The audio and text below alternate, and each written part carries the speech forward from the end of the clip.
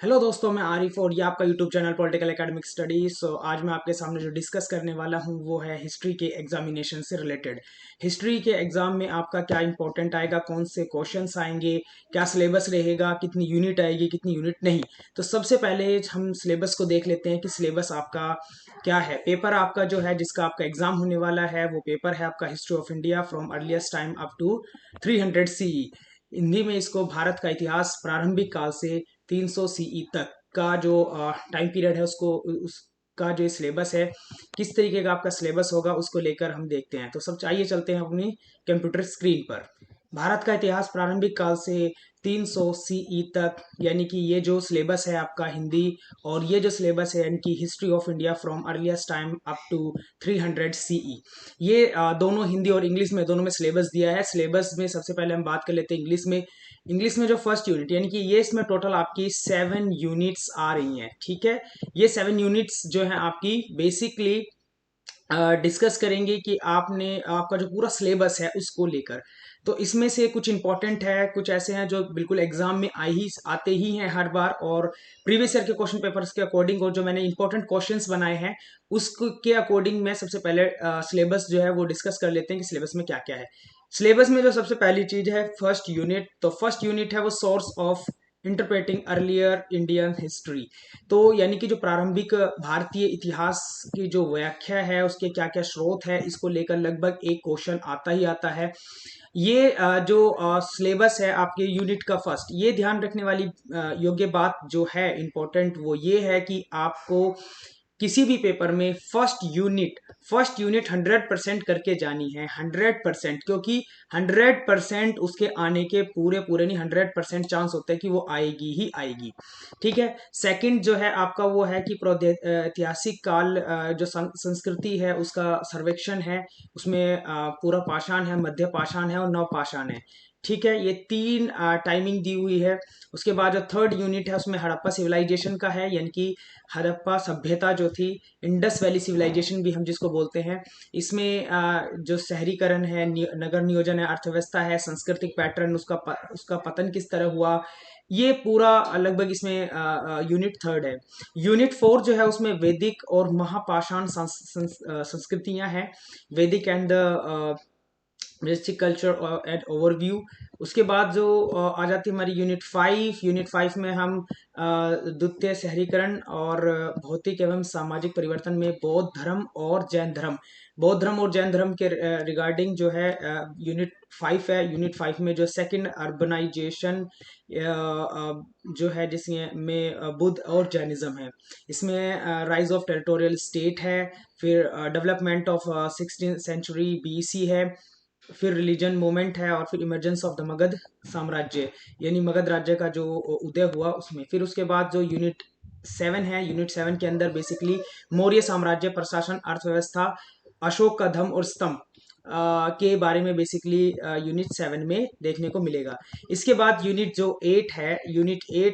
8 में जो है पोस्ट मौर्य टाइम के बारे में बताया गया है कि पोस्ट मौर्य टाइम को लेकर बेसिकली क्या क्या था, जैसे कि सोशो इकोनॉमिक, कल्चरल, और इसमें जो सातवाहन और कुषाण जो थे उनको स्पेशल रेफरेंस देके आपको बताना है। बेसिकली ये जो था ये हम जो सिलेबस है एक तरीके से, ये आपका टोटल 8 की 8 यूनिट आने वाली है। ऐसा कुछ नहीं है कि 8 यूनिट नहीं आएगी, ठीक है। ये आपका जो डिसिप्लिन स्पेसिफिक पेपर है, डिसिप्लिन स्पेसिफिक पेपर जो होता है उसमें बेसिकली आपको जो है पूरा का पूरा जो सिलेबस है वही कंटेंट करके आता है।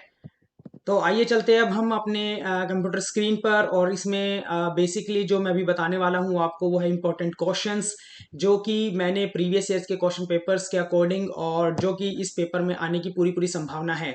इससे पहले मैं political theory, understanding political theory and introduction to political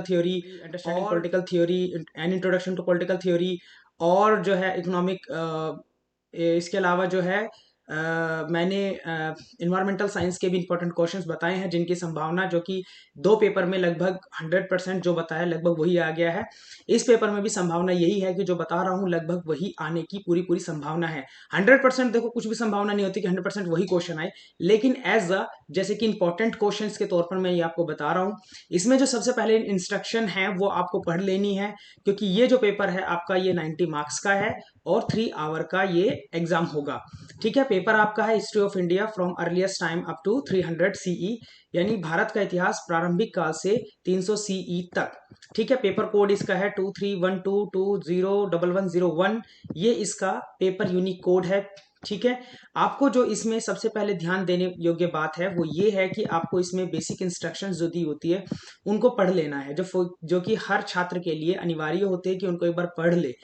उसमें सबसे बड़ी जो गलती करते हैं कि क्वेश्चन 4 आ रहे हैं या क्वेश्चन 5 आ रहे हैं।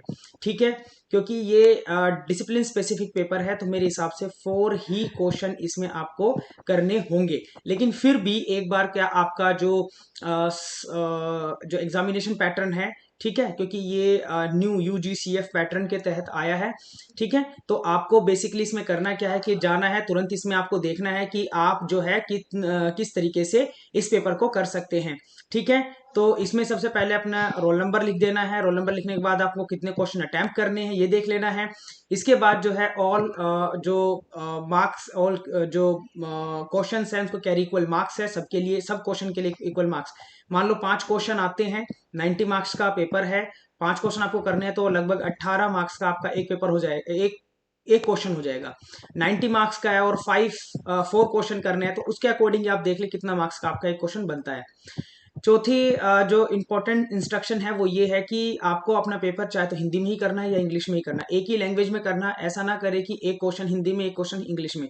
तो बेसिकली इस चीज का ध्यान रखना है कि आपको आपको अपना जो पूरा पूरा एग्जाम है, ठीक है, वो चाहे तो हिंदी में करना है या फिर इंग्लिश में करना है। ठीक है, ये कुछ इंपॉर्टेंट इंस्ट्रक्शन थी जो आपको पढ़ लेनी है। अपने एग्जाम होने से 2 मिनट का टाइम लगेगा, 2-3 मिनट पहले इस चीज को जरूर पढ़ ले। इसके बाद आते हैं हम इंपॉर्टेंट क्वेश्चंस के ऊपर। इसमें जो सबसे इंपॉर्टेंट क्वेश्चन है जो कि हर बार आता है वो फर्स्ट क्वेश्चन है। इस क्वेश्चन में जो है evaluate the significance of the literary source of the study of the ancient history. जो ये फर्स्ट क्वेश्चन है, इसकी फर्स्ट लाइन है, यानी कि ये क्वेश्चन जो है प्राचीन भारतीय इतिहास के अध्ययन हेतु ऐतिहासिक स्रोतों के महत्व मूल्यांकन, जो महत्व को मूल्यांकन करना है कि कौन कौन से ऐसे स्रोत हैं जो कि भारतीय इतिहास के बारे में जो है उनके स्रोतों, उनके कौन कौन से स्रोत है और उनका स्रोतों का क्या महत्व है। इन सभी को लेकर जो है ये क्वेश्चन में आपको करना है। इसका आंसर कहाँ होगा, आंसर किस तरीके से करना है ये भी मैं आपको बताऊंगा। इसी क्वेश्चन से रिलेटेड एक क्वेश्चन और आ जाता है बहुत इंपॉर्टेंट, वही यही है कि describe the important feature of the pre historic culture of India and discuss the silent feature of the pre historic and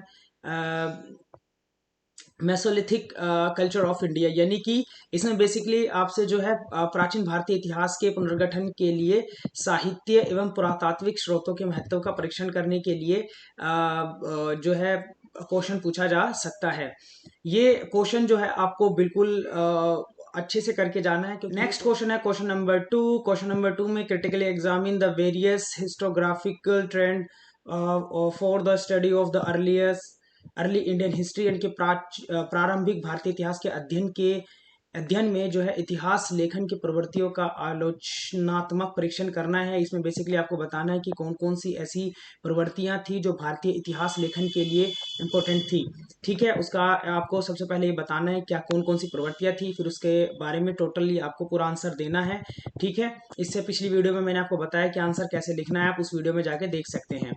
ठीक है, क्वेश्चन नंबर 3, जो क्वेश्चन नंबर 3 है इसमें बेसिकली आपको जो है describe the important feature of the pre historic culture of India. ये question number 2 के लगभग जैसा ही है, लेकिन इसमें जो इंपॉर्टेंट चीज है वो ये है discuss the silent feature of the जो बताने हैं आपको वो ये है कि भारत की जो ऐतिहासिक संस्कृतियों की मुख्य विशेषताएं बतानी है आपको, और जो है भारत के पूरा पाषाण व मध्य पाषाण जो संस्कृतियों की जो मुख्य विशेषताएं हैं वो आपको इसमें बतानी है। ठीक है, ये क्वेश्चन नंबर 3 है। इसका आंसर कहाँ होगा मैं बेसिकली आपको बता दूंगा। क्वेश्चन नंबर 4 में discuss the trend and the town planning ship of the Harappa civilisation and write an essay of the agriculture craft production of the trend of the Harappa civilization and the write an essay of the economic of the Harappa civilisation. ये तीनों question लगभग similar ही है। इन तीनों question में लगभग आपको township बतानी है, किस तरीके से नगर नियोजन हुआ था, कृषि शिल्प के व्यापार में किस तरीके से उत्पादन करते थे, और अर्थव्यवस्था। ये दोनों तीनों क्वेश्चन लगभग एक जैसे ही है, क्योंकि अगर आप हड़प्पा सिविलाइजेशन के नगर नियोजन के बारे में भी आ जाता है तब भी आपको वहाँ की जो अर्थव्यवस्था है, इकोनॉमी है, वो बतानी पड़ेगी। साथ में यही बताना पड़ेगा कि कृषि व्यवस्था कैसी थी, शिल्प उत्पादन किस प्रकार का था। तो ये जो है आपको क्वेश्चन नंबर 4 में देख लेना है। क्वेश्चन नंबर 5 इसमें है write an essay of the social economic condition during the late Vedic period, यानी कि उत्तर वैदिक काल में सामाजिक और आर्थिक जो अवस्थाएं थी उनके ऊपर निवेदन लिखना है। और इसमें describe the political and social condition of the Rig वैदिक काल।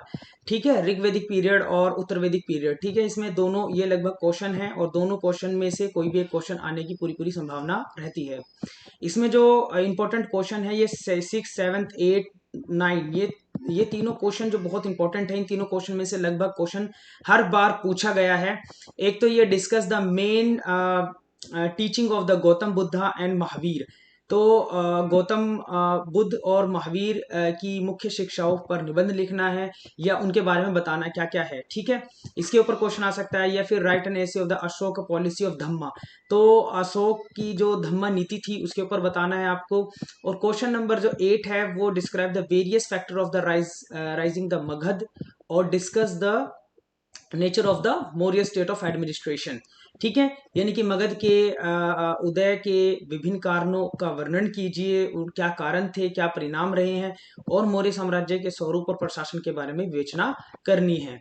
इसके बाद हम आ जाते हैं क्वेश्चन नंबर 9 पर। क्वेश्चन नंबर 9 जो है वो है discuss the society and economy as a reflect in the Sangam literature. तो जो संगम साहित्य के जो प्रतिबिंब समाज एवं अर्थव्यवस्था की विवेचना करनी है इस क्वेश्चन के अंदर। आंसर कहाँ मिलेंगे अभी इसके बाद, जैसे ये क्वेश्चंस खत्म होंगे उसके बाद मैं आपको बताऊंगा कि आंसर आपको कहाँ से देखने हैं। पूरा मटेरियल मैं आपको प्रोवाइड करवाऊंगा, और आप जो है बिना स्किप करे इस वीडियो को देखेंगे तभी आपको ये पूरा जो है आंसर कहाँ मिलेंगे, किस तरीके से मिलेंगे, ये चीज समझ में आएगी। इसके बाद क्वेश्चन नंबर 10 है। Question number 10 discuss the significance of the Satavahana policy of the economy, यानी कि सातवाहन राज्य व्यवस्था एवं अर्थव्यवस्था का वर्णन कीजिए। यानी कि जो सातवाहन थे उसमें जो राज्य व्यवस्था किस प्रकार की थी, और साथ में ही उसमें जो अर्थव्यवस्था था उसका वर्णन करना है आपको। ये मैंने बेसिकली जो 10 क्वेश्चन निकाले हैं, 10 क्वेश्चन जो है इंपॉर्टेंट है। 10 ही क्वेश्चन मेरे हिसाब से जो है आपके पेपर में भी आते हैं। उन 10 में से आपको 5 या फिर 8 में से आपको 4 क्वेश्चन करने होते हैं। तो यहाँ पर ध्यान देने योग्य बात यह है कि आपको सबसे पहले ये क्वेश्चंस को देख लेना है, उसके बाद इनके आंसर कहाँ हैं ये आप तभी जान पाएंगे। अगर आपने वीडियो स्किप कर दी तो आप इस चीज को नहीं जान पाएंगे कि मैंने आंसर इनके कहाँ हैं और किस तरीके से बताए हैं।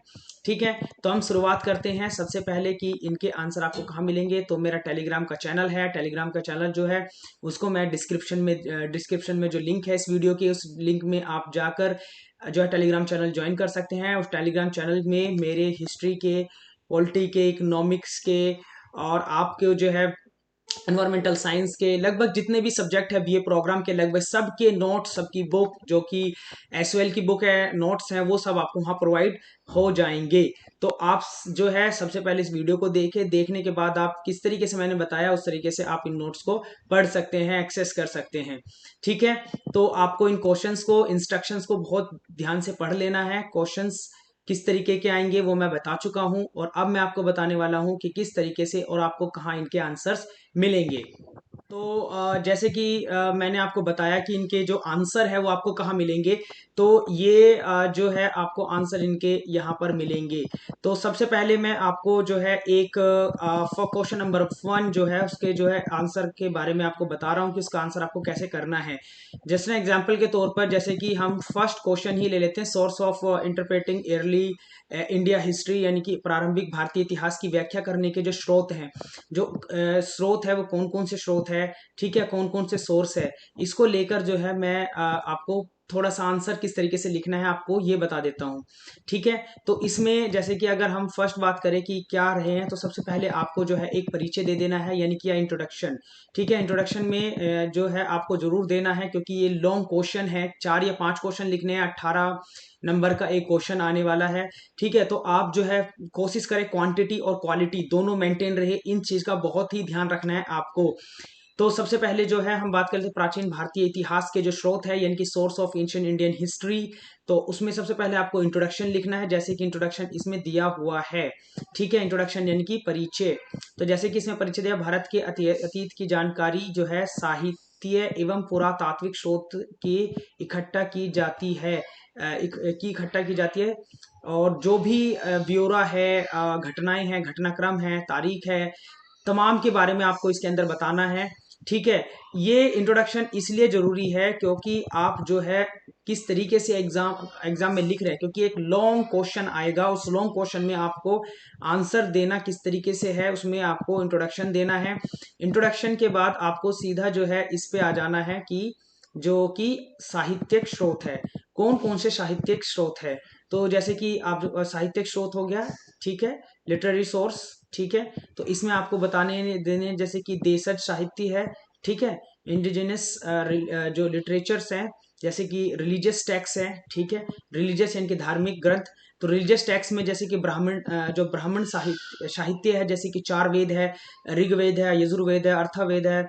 ठीक है, तो आपको इनके बारे में थोड़ा थोड़ा सा बता देना है कि ये क्या है। फिर उसके बाद उपनिषद, ठीक है, रामायण महाभारत, ठीक है, पुराण जो है, धर्मशास्त्र है, ये तमाम के तमाम जो है ये ब्राह्मणिक जो है साहित्य है।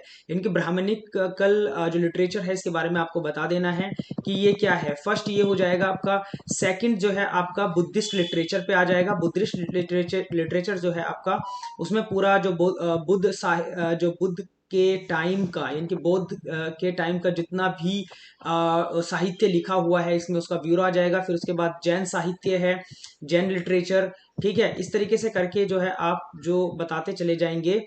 इसके बाद आपको आ जाना है न्यू रिलीजियस लिटरेचर। तो न्यू रिलीजियस लिटरेचर यानी कि जो है आप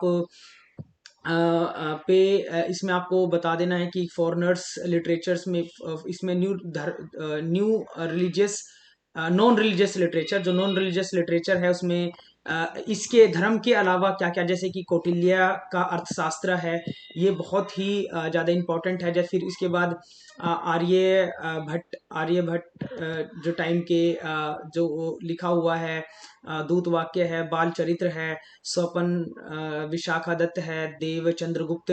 तो ये सभी सभी जो है ये जो है नॉन रिलीजियस लिटरेचर है, तो इनके बारे में बता देना। फिर इसके बाद आपको जो है विदेशी साहित्य यानी कि फॉरेन लिटरेचर। तो जो फॉरेन लिटरेचर्स रहे हैं उसमें किस तरीके का इतिहास का वर्णन किया गया है ये आपको बता देना है। ठीक है, उसके बाद जो है आप आ जाएंगे साहित्यिक स्रोतों की सीमाएं, जो है क्या क्या लिमिटेशंस है, limitations of the literary sources. तो आपको फिर इसमें थोड़ी जो लिमिटेशंस हैं वो बता देनी है। फिर आप आ जाएंगे पुरातात्विक स्रोत पर। तो पुरातात्विक स्रोत जो है वो है आर्कियोलॉजिकल सोर्सेज। तो आर्कियोलॉजिकल सोर्सेज का पूरा मटेरियल आपको मिल जाएगा। फिर शिलालेख है। तो ये जितनी भी मैं चीज बता रहा हूँ ये हिस्ट्री के सोर्सेज हैं, और ये सोर्स पता कर दे के लिए है कि इस टाइम पर ये चीजें हुई थी। इन सब चीजों को पता करने के लिए कि उस टाइम पर क्या रहा होगा। जैसे कि कॉइन है, अगर कॉइन की हम बात करें तो लगभग टाइम्स में हर टाइम पीरियड में जो है कॉइन्स वगैरह यानी कि सिक्के वगैरह का भी प्रचलन रहा है, और उसी के प्रचलन वगैरह से ये देखने को मिलता है कि उस टाइम पर किस तरीके की मुद्राएं चलती थी और उसमें किस प्रकार का जो है प्रिंटिंग उनके ऊपर होती थी। ठीक है। तो कुछ पुराने सिक्के जो है आपने अपनी पुरानी 12th की बुक में देखे होंगे, ठीक है। उसमें आपको पता चल गया होगा कि किस प्रकार के सिक्के होते हैं। इसके अलावा जो आक्रमणकारी हुआ करते थे उनका भी इसमें हमें जिक्र मिल जाता है। अवशेष और स्मारक, बहुत सारे स्मारक है, ठीक है, मोनूमेंट्स हैं हमारे, और उन मोनूमेंट से भी हमें पता चल जाता है कि ये किस प्रकार से जो है इतिहास के बारे में है। इसके अलावा विधिक है, ठीक है। तो बहुत सारे विधि के जरिए हमने भी पता लगाया जा सकता है कि इतिहास के जो स्रोत है वो किस प्रकार के हैं। इसके बाद में जो सबसे इम्पोर्टेंट है क्वेश्चन का एंड करते वक्त, वो है निष्कर्ष यानी कि कंक्लूजन। आपको समराइज करना होता है जो आपने लिखा है कंक्लूजन के अंदर, ठीक है, कि इसमें किस किस तरीके के राजनीतिक, सामाजिक, आर्थिक एवं धार्मिक व्यवस्थाओं के विषय में महत्वपूर्ण जानकारी उपलब्ध कराते हैं। लेकिन स्रोतों की प्रत्येक श्रेणी में अपनी विशिष्ट क्षमता एवं सीमाएं होती हैं, और वस्तुनिष्ठ एवं सामयिक इतिहास लेखन इन उपलब्ध स्रोतों का गहन वैज्ञानिक पड़ताल व उचित व्याख्या करने के लिए हो सकता है। तो ये सब चीजें आपको बतानी है जिससे कि आपका जो आंसर है वो और से स्ट्रॉन्ग होता चला जाए। तो ये आपको मैंने जस्ट एन एग्जांपल बताया है कि ये फर्स्ट का आपको इस तरीके से आंसर लिखना है। इसी प्रकार से अगर हम सेकंड क्वेश्चन का आंसर देखें, सेकंड क्वेश्चन के आंसर में जो है क्वेश्चन जो पूछा जाता है बेसिकली पूरा पाषाण काल, मध्य पाषाण काल एवं नव पाषाण काल, ठीक है। तो ये तीनों टाइम के रिगार्डिंग क्वेश्चन जो पूछा जाता है, इसमें भी आप जो है अपना आंसर इस तरीके से लिख सकते हैं। इसमें अपना आंसर सेम वही तरीका लिखना है जिस तरीके से मैंने आपको पहले बताया कि सबसे पहले परिचय यानी कि इंट्रोडक्शन लिखना है, फिर आपको पूरा आंसर लिखना है एंड देन कंक्लूजन लिखना है, ठीक है। तो आप जो है जिस तरह की इसका भी है, इसमें जो इम्पोर्टेंट है वो मैं सीधा आपको बता देता हूँ। उसका है हड़प्पा सभ्यता वाला क्वेश्चन जो है। हड़प्पा सभ्यता जो है, जिसको हम इंडस वैली सिविलाइजेशन भी बोलते हैं, तो इंडस वैली सिविलाइजेशन वाले जो चैप्टर है उससे लगभग 100% है कि क्वेश्चन आना ही आना है, चाहे उसके नगर नियोजन के बारे में पूछ लिया जाए। क्योंकि नगर नियोजन के बारे में इसलिए पूछा जाता है क्योंकि हड़प्पा सिविलाइजेशन जो है वो अपने वक्त की एक बहुत ही बेहतरीन सिविलाइजेशन थी, जिसमें अगर हम नगर नियोजन देखें या कुछ भी चीज़ देखें, वो एब्सोल्युटली अपने टाइम में बहुत ही बेहतर थी। चाहे उनकी गलियों का या उनका ड्रेन सिस्टम हो या उनके स्ट्रीट सिस्टम हो, हवा चलती थी एक तरफ से और 90 डिग्री के कोण पर जो है एक गलियां एक दूसरे को काटती थी। ये सब चीजें कहीं ना कहीं जो है इसको हड़प्पा सिविलाइजेशन को एक बेस्ट सिविलाइजेशन के तौर पर इसने काफी कुछ क्वेश्चन में पूछ लिया जा सकता है। 3 क्वेश्चन मैंने बताए हैं जो उन्हीं क्वेश्चन में से पूछा जाएगा, उसके बाहर कुछ भी नहीं आएगा। इसमें जो है बेसिकली जो सबसे पहला क्वेश्चन पूछा जाता है वो नगर नियोजन के बारे में पूछा जाता है कि किस प्रकार का नगर नियोजन इनके यहाँ पर था, ठीक है। तो हड़प्पा सिविलाइजेशन, जो हड़प्पा एरिया है या हड़प्पा किसे कहते हैं, फिर सिंध घाटी सभ्यता का जो स्वरूप है वो किस प्रकार का था, सिंध घाटी सभ्यता कहाँ पर स्थित थी, या सिंध घाटी सभ्यता जो है इसका जो क्षेत्रफल है, ठीक है, इसके बारे में हमें जो बताना है बेसिकली, ठीक है। तो जो सिंध घाटी सभ्यता थी या सिंध घाटी सभ्यता का जो स्वरूप था उसके बारे में हमें जो बेसिकली बताना है, और उसके बाद हमें इसकी जो मुख्य विशेषताएं रही हैं, जैसे कि सिंध घाटी सभ्यता जो है समकालीन कांस्य युग संस्कृतियों जैसे कि मेसोपोटामिया और सुमेरी सभ्यता और पुरानी मिस्र साम्राज्य के अनेक बातों से मेल खाने के बावजूद अपनी विशिष्ट पहचान रखती है। एक बात तो यह है कि 10 लाख वर्ग किलोमीटर से भी अधिक भूभाग में फैली यह सभ्यता अपने समय की सबसे बड़ी नगरीय संस्कृति वाली सभ्यता थी, और मेसोपोटामिया और मिस्र की भांति यहाँ पर भव्य धार्मिक पूजा स्थल, विशाल समाधि स्थल एवं राजाओं के लिए शानदार महल नहीं बनाए जाते थे। इसके विपरीत इस सभ्यता की विशिष्ट पहचान थी कि नागरिकों के लिए ऐसे नगर, सुख सुविधाओं की प्रणाली जो उस समय की सभ्य जगत के अन्य हिस्सों में शायद ही पाई जाती हो, और इन सुविधाओं में स्नान गृह समेत बड़े घर, काम के लायक सड़कें, गलियों का नेटवर्क, जल निकास जिसकी मैं बात करता, ड्रेन सिस्टम, ये सबसे बेस्ट था यहाँ पर। और जल निकास का जो विस्तृत व्यवस्था थी और एक विलक्षण जलापूर्ति प्रणाली किस प्रकार की बातें इसमें शामिल थी। ठीक है, बड़े बड़े बांध थे, जलाशय थे, भूमिगत नलियों नालियों का जो नेटवर्क था जो देखने को मिलता है मोहनजोदाड़ो में। और मोहनजोदाड़ो में हर तीसरे घर में घर के लिए बेलनाकार कुएं का स्पष्ट होना, ये कहीं ना कहीं भारतीय इंडस वैली सिविलाइजेशन जिसको हम हड़प्पा सिविलाइजेशन कहते हैं, हड़प्पा सभ्यता बोलते हैं, इस हड़प्पा सभ्यता में हम ये सब चीज देखते हैं। इसका उदय किस प्रकार से हुआ, अगर हम इसके उदय की बात करें, ठीक है, तो इसके उदय के बारे में बहुत सारी जो है चीजें हैं जिसमें जो आपने देख रहे हैं इसमें पूरी तरीके से बताया हुआ है। ठीक है, आप इसको अच्छे से देख सकते हैं और इसको पढ़ना है आपको ताकि याद कर सके। इसके बाद इसमें कालक्रम यानी कि कुछ घटना कौन कौन से कालक्रम के तहत इसमें हुआ, जैसे कि ईसा पूर्व के 2600 ईसा पूर्व यह सभ्यता विद्यमान थी, क्योंकि उस समय मेसोपोटामिया के साथ इसके संबंध स्पष्ट संबंध हुआ है। कालक्रम जो है क्रोनोलॉजी, किस प्रकार की क्रोनोलॉजी रही है, जैसे कि मैं बता रहा था आपको कि ईसा पूर्व के 2600 वर्ष पूर्व यह सभ्यता विद्यमान थी, क्योंकि उस समय जो मेसोपोटामिया के साथ इसके स्पष्ट संबंध देखने को मिलते हैं। क्योंकि उस टाइम पर जो है मोहर चला करती थी और मोहर और उस समय के जो शब्द थे उनको वहां देखा गया, जिस प्रकार से हम ये पता लगा सकते हैं कि जो है उस समय ये जो सभ्यता है विद्यमान रही होगी। भौगोलिक वितरण जो है यानी कि ज्योग्राफिकल जो डिस्ट्रीब्यूशन है, ये भी आपको इस क्वेश्चन के आंसर में जरूर देना है कि किस किस क्षेत्र तक ये फैला हुआ था। और जैसे कि अगर हम बात करें कि सिंध के उत्तर पूर्व में पाकिस्तान का जो पंजाब प्रांत है, इस जो प्रांत का सबसे बड़ा हिस्सा दो आबों तथा दो नदियों, दोआब जो था ना, दो नदियों के बीच की भूमियों से बना था। इसमें जो दोआब यानी कि रावी और व्यास, ठीक है, तो ये इस तरह। फिर सतलज के पूर्व सिंध और गंगा विभाजन के छोर पर था। तो इस तरीके से आप जो है इस जो प्रश्न को अपने का अच्छे से उत्तर दे सकते हैं। इसमें फिर अधिवासीय पद्धति, जो नगरीय जो स्थिति थी इस सभ्यता की, वो आपको बता देनी है, क्योंकि इसमें जो है पूरा का पूरा एक पैटर्न था कि इतने एरिया के लिए ये होगा, इसमें इतने पूरे शहरीकरण एक तरीके से दिया हुआ था। जैसे कि अगर हम उदाहरण के तौर पर देखें, मोहनजोदाड़ो का जो किला था, जो विराट कृत्रिम चबूतरे पर, ठीक है, पर बनाया गया था, और यह चबूतरे कच्चे ईंट वाली दीवार से निर्मित था, और इसके जो घेर बालू और गाद का था, और 2 बार विस्तार देने के बाद इसकी जो अंतिम ऊंचाई 7 मीटर हो गई थी। और इस प्रकार यह एक ऐसी आधार बनकर तैयार हो गया था जो विशाल स्नान गृह और अन्न भंडार जैसे महत्वपूर्ण जो है जो संरचनाएं से ऊपर से देखी जा सकती है। तो इस प्रकार से हम जो है नगरीय देख सकते हैं किस तरीके से हड़प्पा सभ्यता के अंदर इस प्रकार का स्थिति थी। जीवन निर्वाह पद्धति, जीवन निर्वाह के लिए ये किन चीजों पर निर्वाह करते थे, जैसे कि पशुपालन है, आखेट है, वनस्पति संचय से संपूर्ति एवं स्थायी कृषि व्यवस्था नगरों में, और आर्थिक भरण पोषण करती थी। और इस सभ्यता के वितरण क्षेत्र की एक दूसरे से काफी भिन्न परिस्थितियां दशाएं की दृष्टि से कई एकल व कई समरूप नगर नियोजन नहीं रही होगी।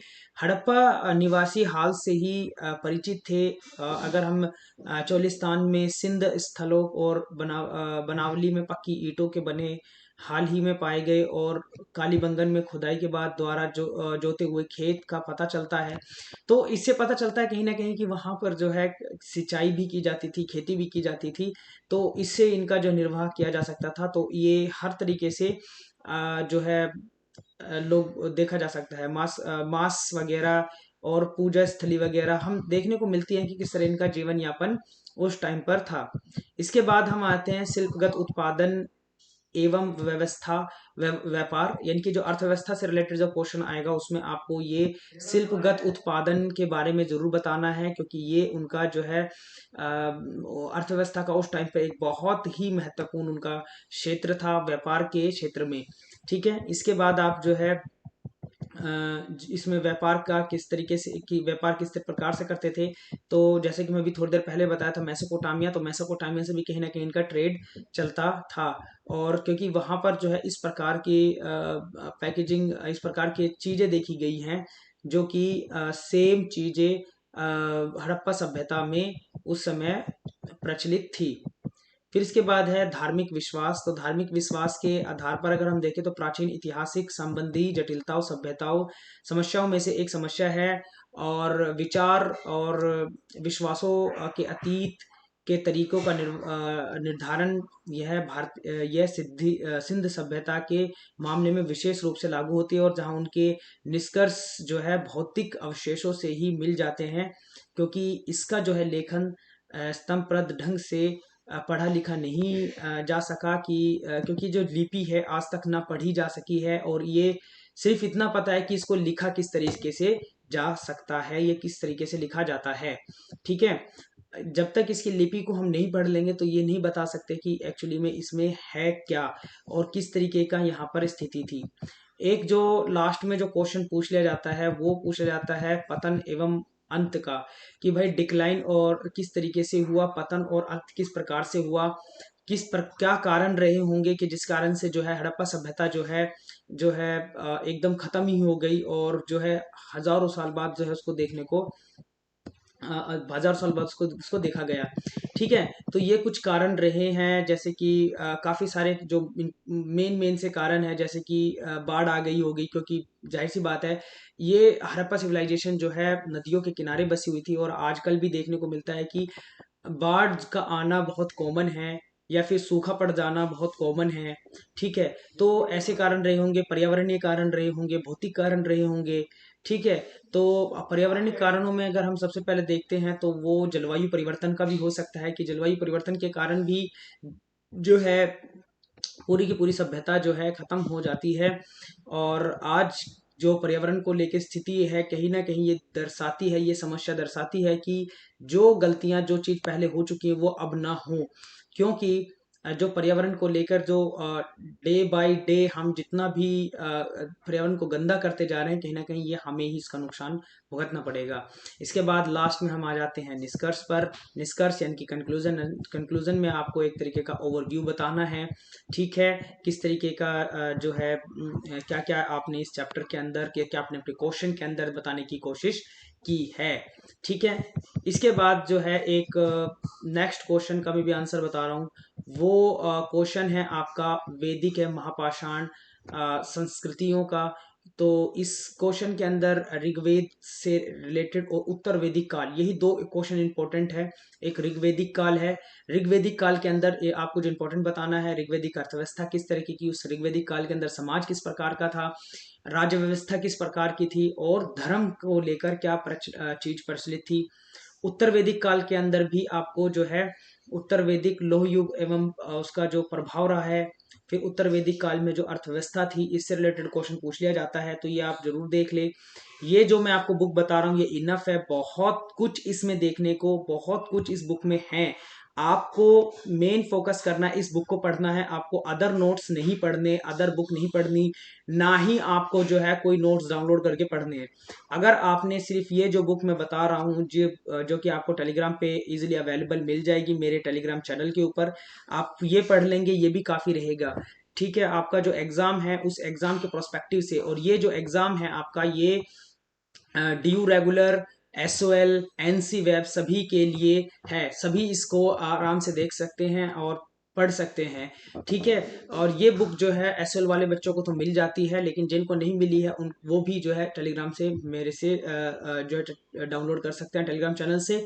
और आप जो है इन सभी जो क्वेश्चन, इंपॉर्टेंट क्वेश्चन बताएं, ये भी करके चले जाएंगे, क्योंकि अभी टाइम कम बचा है एग्जाम में। और जो है आप इन सभी क्वेश्चन को कर ले, इनका सभी का आंसर मैंने लगभग इसके अंदर बताने की पूरी पूरी कोशिश की है। और इन क्वेश्चंस के आंसर आप इसी तरीके से करें जैसे कि मैंने बताया है, कि आपको सबसे पहले इंट्रोडक्शन बताना है, इंट्रोडक्शन के बाद आपको जो है आंसर लिखना है। जैसे कि अगर इसी क्वेश्चन की बात करें वैदिक पीरियड काल की, कि वैदिक पीरियड काल में किस टाइम का कल्चर रहा है। तो आपको सबसे पहले इंट्रोडक्शन, फिर उसमें ऋग्वेद काल का पूरा प्रोस्पेक्टिव बताना है, कि ऋग्वेदिक काल है उसका फेजेस क्या है, उसमें इकोनॉमिक है, सोसाइटी है, पॉलिटी है। फिर आपको जो है उसमें रिलीजियस प्रोस्पेक्टिव बताना है। तो इसी तरीके से आपको जो है लेट वैदिक फेज कहा जाता है। तो लेट वैदिक फेज के अंदर भी आयरन टेक्नोलॉजी, इट्स इम्पैक्ट, वैदिक इकोनॉमी, वैदिक पॉलिटी, वैदिक सोसाइटी एंड वैदिक रिलीजन, ये आपको करके बता देना है। ठीक है, इस तरीके से आप जो है इजीली काफी सारे क्वेश्चंस का आंसर इजीली दे सकते हैं। ये बात ध्यान देने योग्य है कि आप अपना आंसर में क्वालिटी एंड क्वांटिटी दोनों को ध्यान में रखकर लिखें, क्योंकि अगर आप एक क्वेश्चन का आंसर 10 पेज में दे रहे हैं और दूसरे क्वेश्चन का जो है आप आंसर 2 ही पेज में दे रहे हैं, तो आपको 10 के अकॉर्डिंग और 2 के अकॉर्डिंग ही मिलेगा। क्योंकि क्वालिटी, क्वांटिटी के साथ साथ क्वालिटी इंपॉर्टेंट है। क्वालिटी आप लिख रहे हैं, बहुत से स्टूडेंट बहुत अच्छे होते हैं कि 2 पेज के अंदर ही बहुत अच्छा आंसर लिख देते हैं, लेकिन ध्यान देने योग्य बात है कि आपको क्वालिटी के साथ साथ क्वांटिटी का भी ध्यान रखना है। क्योंकि आपका जो ये क्वेश्चन है, ये 18 से 25 नंबर का एक क्वेश्चन आएगा। ठीक है, अगर 4 क्वेश्चन आते हैं आपके, जाहिर सी बात 5 क्वेश्चन आते हैं तो 18 नंबर का एक क्वेश्चन हो जाएगा। तो आपके इसके अंदर इस प्रकार से, किस प्रकार से लिखना है देखना है। ठीक है, सबसे पहले आपको परिचय देना है, परिचय के बाद आपको पूरा आंसर बताना है, फिर आपको निष्कर्ष पे आ जाना है। ठीक है, ये आपका पूरा का पूरा जो है आंसर हो जाएगा। इस प्रकार से आप अपने सभी के सभी जो है क्वेश्चंस के आंसर इजीली दे सकते हैं। इसके साथ साथ में जो और भी जो आंसर है इस बुक में, सभी के आंसर जिस तरह मैं अभी स्क्रॉल करके आपको दिखा रहा हूँ, ये सभी के सभी के आंसर आपको इस बुक में मिल जाएंगे। इस बुक के बाहर कुछ भी नहीं आ रहा है। इसमें जो एक और इम्पोर्टेंट है वो है कि इसमें बौद्ध और धर्म, जैन, बौद्ध धर्म और जैन धर्म से रिलेटेड जो उस समय की भौतिक एवं सामाजिक परिवर्तन रहे हैं, इनको हम देख लेते हैं। तो इसमें जो इम्पोर्टेंट है वो ये है कि चाहे तो ये भी आ सकता है कि बौद्ध की महत्वपूर्ण शिक्षाएं क्या है, जैन धर्म की महत्वपूर्ण शिक्षाएं क्या है। और जैसे कि आपको पता ही है कि जो भारतीय समाज है वो 4 वर्णों में खंडित है। पहला ब्राह्मण, दूसरा क्षत्रिय, तीसरा वैश्य और चौथा शूद्र। ठीक है, तो ये कहीं ना कहीं एक इम्पैक्ट फैक्टर डालता है कि बौद्ध धर्म और जैन धर्म जो है एक सेपरेट धर्म के तौर पर आ गए थे। इसमें हम बेसिकली जो फर्स्ट बात करेंगे वो अर्थव्यवस्था से बात करेंगे, यानी कि इकोनॉमी, इकोनॉमी किस टाइप की थी उस टाइम पर। ठीक है, उसमें फिर विभिन्न धार्मिक संप्रदायों का जो उदय हुआ है, जिसमें से हम फर्स्ट जो देखते हैं वो बौद्ध धर्म और जैन धर्म के उदय के कारण। तो बौद्ध धर्म और जैन धर्म के उदय के कारण जो है कई कारण ऐसे रहे हैं जिनका बौद्ध धर्म और जैन धर्म का उदय हुआ है। जिनमें से सबसे पहला कारण जो अभी मैंने बताया आपको कि वर्ण व्यवस्था थी। वर्ण व्यवस्था के अंदर सर्वश्रेष्ठ जो है ब्राह्मण और सबसे नीचे जो है शूद्र को माना जाता है। ये एक कहीं ना कहीं सबसे बड़ा कारण रहा है बौद्ध धर्म और जैन धर्म का उदय के लिए। दूसरा कारण जो है वो रहा है कि जो रूढ़ियां हैं, बलि प्रथाएं हैं, या कर्मकांड है, अनुष्ठान है, इनके कारण भी जो है ये भी एक कारण बनता है कि ये जो है बौद्ध धर्म और जैन धर्म जो है एक तरह से सेपरेट हो जाते हैं हिंदू धर्म से। इसके बाद है ब्राह्मणवाद के विरोध में धार्मिक आंदोलन ने प्रयास किया है। ये एक तरीके का एक ब्राह्मणवाद के खिलाफ कि किस प्रकार से उनके जो, क्योंकि उस टाइम पे माना यह जाता था ना कि सिर्फ जो है पठन पाठन का कार्य जो ब्राह्मण ही करेगा, उसमें और किसी भी को इतना महत्व नहीं दिया जाता था। जैसे कि अगर हम बात करें कि महावीर और गौतम बुद्ध के समक्ष एक और तो वेदवाद, जाति व्यवस्था, यज्ञवाद, पुरोहितों की महत्ता संबंधी धारणा का प्रहार करने की समस्या थी। दूसरी ओर अपने सिद्धांतों और उपदेशों के द्वारा अपनी प्रामाणिकता बनाए रखने की जिम्मेदारी भी उनके पास थी। ब्राह्मण धर्म की जाति जाति प्रथा, यज्ञ, कर्मकांड, पशु वध और वैदिक यज्ञ आदि की आलोचना करते हुए इन दोनों महापुरुषों ने क्रम और वर्ण और जाति का आधार माना, यानी कि जो जाति का जो आधार है वो क्रम को और वर्ण को इन्होंने जाति का आधार माना और जन्म पर निर्धारित वर्ण प्रथा को अस्वीकार कर दिया कि जो जन्म से जन की जो ब्राह्मण है, ब्राह्मण का बेटा ब्राह्मण को नहीं बल्कि उनके कर्म के आधार पर ब्राह्मण बना जा सकता है। और बुद्ध के अनुसार जन्म से कोई भी ब्राह्मण या गैर ब्राह्मण नहीं होता है, केवल कर्म से जाति का निर्धारण होता है और सभी जाति के लोग जो है सन्यासी होकर निवास प्राप्त जो है निर्वाण प्राप्त कर सकते हैं। और बौद्ध ग्रंथों में क्षत्रियों की सामाजिक जो प्रतिष्ठा ब्राह्मणों की अपेक्षा बताई गई है, यानी अधिक बताई गई है। फिर इसके बाद हम सेम वही जैन धर्म जो है वो है महावीर जी के जो को जो चलाया था। इसमें मेन जो थे महावीर स्वामी जैन धर्म के संस्थापक ही नहीं बल्कि धर्म के अंतिम व सर्वाधिक प्रसिद्ध तीर्थकार थे। ये अंतिम तीर्थकार थे और जैन के जो जैन धर्म को इन्होंने एक तरीके से जो है का प्रचार प्रसार किया। और जैन धर्म के जो उपदेश हैं, जैसे कि जैन धर्म के जो मुख्य उपदेश हैं, उपदेश ही यानी कि इनकी जो शिक्षाएं हैं, क्वेश्चन अगर आ जाता है कि क्या क्या शिक्षाएं हैं तो वही क्वेश्चन आपको इस आंसर इसमें लिखना है। तो इसमें जैसे कि पहला है अहिंसा, यानी कि हिंसा नहीं करना है। सत्य यानी कि झूठ नहीं बोलना है। आचार्य यानी कि चोरी नहीं करना है। परिग्रह यानी कि संपत्ति अर्जित नहीं करना है। ये जो चार इंपॉर्टेंट फीचर है, ये चार उपदेश हैं।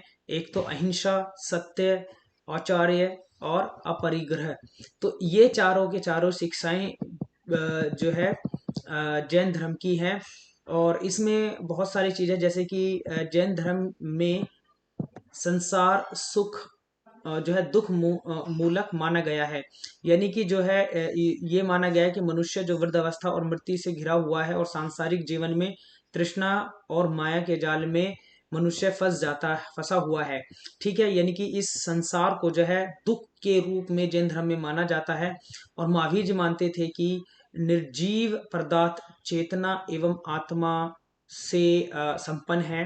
ठीक है, तो इसी तरह जैन धर्म के मत अनुसार आत्मा ना केवल जो है प्राणियों में बल्कि पेड़ पौधों और धूल कणों में भी है। ठीक है, और किंतु जैसे जीव भिन्न भिन्न होते हैं वैसे ही इनमें विद्यमान आत्मा भी भिन्न भिन्न होती है। तो ये सभी चीजें आपको जो उनकी शिक्षाएं आएंगी, उनके उपदेश आएंगे, उसके अंदर इस क्वेश्चन का जो इस इन चीजों को लिखना है। इसके बाद आप सेम इसी तरीके से जो जैन जो संप्रदाय है और उसका विकास, इसमें पूरा जो है श्वेतांबर दिगंबर और सितंबर के बारे में बताया गया कि दो संप्रदाय जो हैं बाद में जो है दो अनुयायी थे। दो संप्रदाय में विभक्त हो गया था। एक जो है श्वेतांबर यानी कि श्वेत वस्त्र धारण करने वाले, और एक द्विगंबर यानी कि पूर्ण रूप निवस्त्र रहने वाले। ठीक है, तो इसको आपको बता देना है कि इसमें क्या क्या था। ठीक है, ये इस प्रकार से आपका ये वाला क्वेश्चन कंप्लीट हो जाएगा। फिर इसमें आ जाते हैं हमारे गौतम बुद्ध, बौद्ध धर्म। तो बौद्ध धर्म में जो सेम वही किस तरह संस्थापक तो इस तरीके से जो है गौतम बुद्ध जो थे, इन्होंने जो है इनकी जो शिक्षाएं थी, इनके जो सिद्धांत थे, वो कहीं ना कहीं जो है ये बताने की कोशिश करते हैं कि किस प्रकार से इनका जो दर्शन है। ठीक है, जैसे कि बौद्ध धर्म का जो मूल आधार है वो चार आर्य सत्य पर है। इस धर्म के सभी सिद्धांत विभिन्न दर्शन मत वेदों के ही आधार है। जैसे कि ये चार आर्य सत्य क्या क्या है: दुख, सुख दुख समुदाय, दुख निरोध, दुख निरोधागामिनी पद्धति। ठीक है, और अष्टांग मार्ग। तो ये चीजें जो हैं ये ही उनकी जो है दर्शन का महत्वपूर्ण हिस्सा है। और इस दर्शन के महत्वपूर्ण हिस्से के अंदर उन्होंने बताया है कि किस तरीके से जो है निर्वाण की जा सकती है। फिर जो है बौद्ध धर्म की जो लोकप्रियता के क्या कारण थे, क्योंकि आपको पता ही है जो वर्ण व्यवस्था की जो निंदा की थी, इसलिए यह विशेष रूप से विभिन्न वर्णों का जो है समर्थन पा सका। ठीक है, विभिन्न वर्गों का जब समर्थन इसने पा लिया तो यही एक बहुत बड़ा कारण था। और संघ में स्त्रियों का प्रवेश ने इस धर्म को जो है अधिक उदार और जनतांत्रिक रूप दे दिया था। ठीक है, क्योंकि ये कहीं ना कहीं एक ऐसा धर्म बन के ऐसा संप्रदाय बन के निकल के आया जिसने कि महिलाओं को जो है सम्मान देने की पूरी पूरी कोशिश की, और उस कोशिश में ये खरे भी उतरे, और जिसके कारण से जो है लोकप्रियता बढ़ी। ठीक है, उसके बाद है बौद्ध धर्म संप्रदाय जो हीनायन जो है, और महायान। तो इसके बारे में आपको पता है हीनायन महायान कौन है और इसके पतन के क्या कारण रहे हैं, फिर उसके बाद में इसमें मुख्य योगदान क्या रहा है। तो अगर आप बौद्ध धर्म और जैन धर्म वाले चैप्टर से क्वेश्चन आ जाते हैं, जो कि मैं बता चुका हूँ वीडियो के शुरुआत में, तो आप जो है इस तरीके से लिख सकते हैं। फिर इसमें जनपदा महाजनपदा वगैरह के बारे में आपसे पूछ लिया जाता है। इस तरीके से आपको जो है इसमें बता देना है। ठीक है, तो इस प्रकार से जो है आपके जो इम्पोर्टेंट क्वेश्चंस है उनके आंसर जो है मैं इसमें बताने की कोशिश कर रहा हूँ, और ये जो है आपको इस तरीके से कर देने हैं।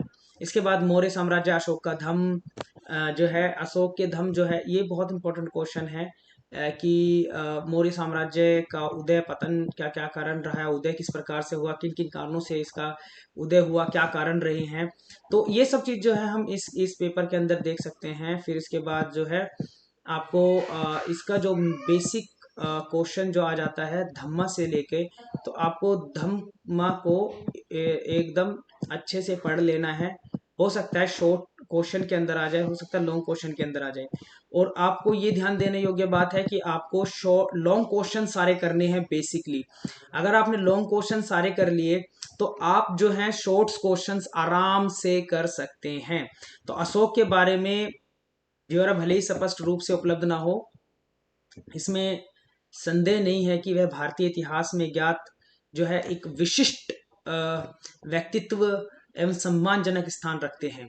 ठीक है, शांति का महान अग्रदूत होने के कारण आज हम उसे एक आदर्श राजा के रूप में भी देखते हैं। अशोक सम्राट थे, और अशोक सम्राट के ही जो है वो है अशोक का धम्म। उनकी जो शिक्षाएं हैं उसको ही हम क्या बोलते हैं, अशोक का धम्म। अशोक के जो आदर्श हैं, और आदर्श का जो स्रोत है उसका वो है धर्म था। ठीक है, उसका धर्म कतिपय नैतिक सिद्धांतों और मानवीय आदर्शों के संहिता है, और उसका आयाम विश्व स्तर का है। जहां तक संभव हो पाया है उसने भी अभिष्ट के प्रचार के प्रयत्न किए हैं। ठीक है, उनके जो शिलालेख है, जैसे कि उनके धर्म के अंतर्गत विभिन्न जो है फरमानों के निम्नलिखित सद्गुण निहित है, जैसे कि साधुता है, ठीक है, पाप से मुक्ति है, दया है, दानम, सत्यम, सोचम, ठीक है, उसके बाद है मृदुलता, संयम और धर्मरति। ठीक है, ये सभी चीज जो है आपको अपने आंसर के अंदर जरूर बतानी है।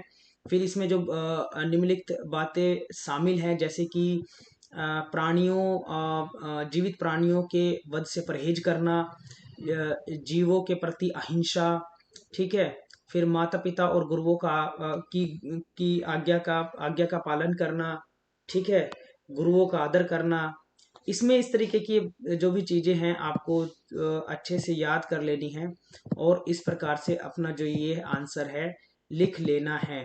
ठीक है, तो अशोक का धम्म वाला जो क्वेश्चन है, ये वाला क्वेश्चन लगभग हर साल पूछा जाता है, आपको ये इस तरह बता देना है। इसके वाला तमिल संगम और संगम वाला जो क्वेश्चन है, ये भी मैं क्वेश्चन नंबर 9 और क्वेश्चन नंबर 10 के अंदर बता चुका हूँ इंपॉर्टेंट क्वेश्चन। तो आपको बेसिकली ये वाला क्वेश्चन भी कर लेना है कि उस टाइम का जो तमिल साहित्य था, जो संगम साहित्य है, संगम साहित्य में किस प्रकार की राज्य व्यवस्था है, अर्थव्यवस्था है और समाज है। तीन चीज इसमें इंपॉर्टेंट पूछी जा सकती है कि इसमें आपको जो बेसिक ध्यान रखना है कि राज्य व्यवस्था, ठीक है, दूसरी अर्थव्यवस्था, और तीसरा समाज के बारे में आपसे पूछा जा सकता है। ठीक है, तो ये जो मैं आपको दिखा रहा हूँ, जो स्क्रॉल कर रहा हूँ, ये आपको ध्यान से देख लेना है। संगम पद का जो अर्थ है वो है सम्मिलित, सम्मिलन जो है अर्थात एक साथ मिलन। लेकिन आरंभिक दक्षिण भारतीय इतिहास के संदर्भ में यह पद का तात्पर्य ऐसी विद परिषद से है जो कि साहित्य एवं ललित कलाओं के बड़े शौकीन थे और जिन्हें पांड्य राज्यों का संरक्षण प्राप्त था। तो इसमें आपको जो है जिस तरह की ये बताया, फिर कालक्रम के बारे में, फिर तीन संगमों की परंपरा, तीन संगम थे, तीनों संगम की क्या क्या परंपरा रही है, ये आपको बता देना है। फिर संगम साहित्य का जो निकाय है उसके बारे में आपको बताना है। फिर आपको राज्य व्यवस्था की, उस टाइम का राज्य व्यवस्था किस प्रकार की थी, ठीक है, तो इस प्रकार से जो है आप टोटली अपना आंसर दे सकते हैं। ये जो बुक है मेरे इंस्टाग्राम सॉरी ये जो बुक है आपको इजीली टेलीग्राम में मेरा जो चैनल है उस पर आपको मिल जाएगी, हिंदी और इंग्लिश दोनों में। तो इस पेपर के जो मैंने आपको आंसर्स बताए हैं, आपको ये आंसर्स जो है ध्यान से देख लेने हैं और अच्छे से याद कर लेने हैं। ये क्वेश्चंस जो मैंने आपको बताए हैं, यही क्वेश्चंस 99% चांस है कि यही क्वेश्चन आपके आ जाएं और आप जो है इन क्वेश्चंस के आंसर इजीली जो है दे सकते हैं। आपको ये आंसर देने से पहले मैं एक बार फिर से आपको रिपीट कर रहा हूं, ये जो आप क्वेश्चन पेपर देखोगे, क्वेश्चन पेपर कंप्लीट करने से पहले शुरुआत क्वेश्चन पेपर में आंसर लिखने से पहले अपनी आंसर शीट में ये ध्यान देख लेना है कि आपको कितने क्वेश्चंस का आंसर देना है, 4 का या 5 का। ठीक है, तो अगर 4 का देना है तो अपने उसी हिसाब से टाइमिंग और टाइमिंग मैनेजमेंट बहुत जरूरी है। ठीक है, ये ध्यान देने योग्य बात है कि आप एक क्वेश्चन को 10 पेज लिख रहे हैं, क्वेश्चन में सिर्फ 2 पेज लिख रहे हैं, तो आप मेंटेन करके लिखे कि 5 से 7 पेज कम से कम जो है हर क्वेश्चन का लिखे, ताकि जो है क्वालिटी और क्वांटिटी दोनों, क्योंकि क्वेश्चन जो आपसे पूछा गया है ना उसमें आपको पूरी चीज डिस्क्राइब करनी है। पेज भरना मकसद नहीं है, बल्कि उसको चीजों को डिस्क्राइब करना बहुत मकसद है। ठीक है, ये चीज बहुत इंपॉर्टेंट है जो मैंने आपको बताई है। ये वीडियो अगर आपको अच्छी लगी हो तो अपने दोस्तों में शेयर करें, लाइक करें, सब्सक्राइब करें। Thank you.